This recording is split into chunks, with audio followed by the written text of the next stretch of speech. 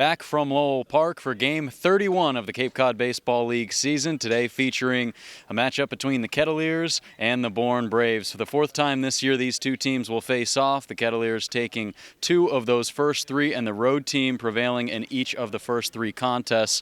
But taking a look at last night's game, the Kettleers will be looking to rebound after snapping their 8-game winning streak against Orleans last night in a 6-5 loss, Tyler, and one that Orleans really offensively stepped up in that second half. They really did. Those last four innings, they picked things up. They scored 4 in that bottom of the fifth. And then in that ninth inning, Justin Rubin gets started with the leadoff solo home run. Then they proceed to get 3 straight walks. And the final one of those, a walk-off walk to Eddie King Jr. So a home run, a single, and then 3 walks. That Firebirds offense saved a lot of their best stuff for last. And for Katuitt pitching last night, they hit the Firebirds for those first 4.5 frames.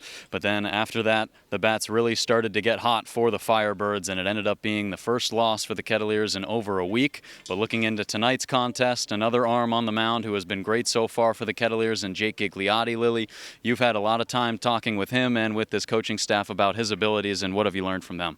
Yeah, Joe. Well, Jake is a guy out of Northeastern who really has control over the strike zone and control over his arm.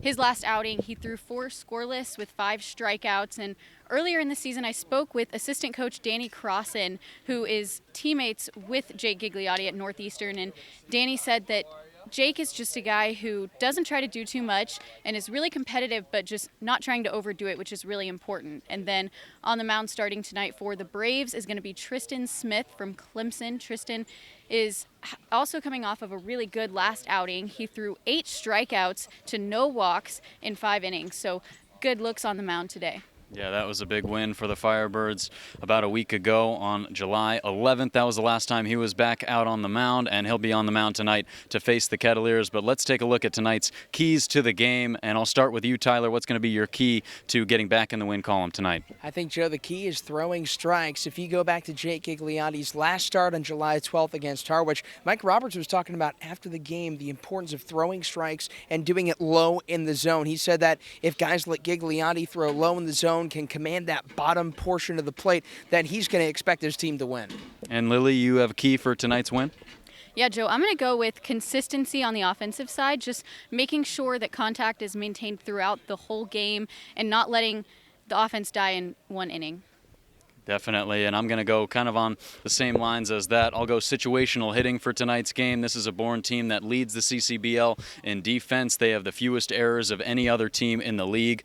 So that situational hitting and getting guys into scoring position and then executing when they are there is going to be really important into getting tonight's win. So that's going to do it for us here on the Kettleers Starting 9. For myself, Tyler Danberg, and Lily Butler, let's send it upstairs to the booth for a 5 p.m. first pitch. Tyler and I will have the call after this.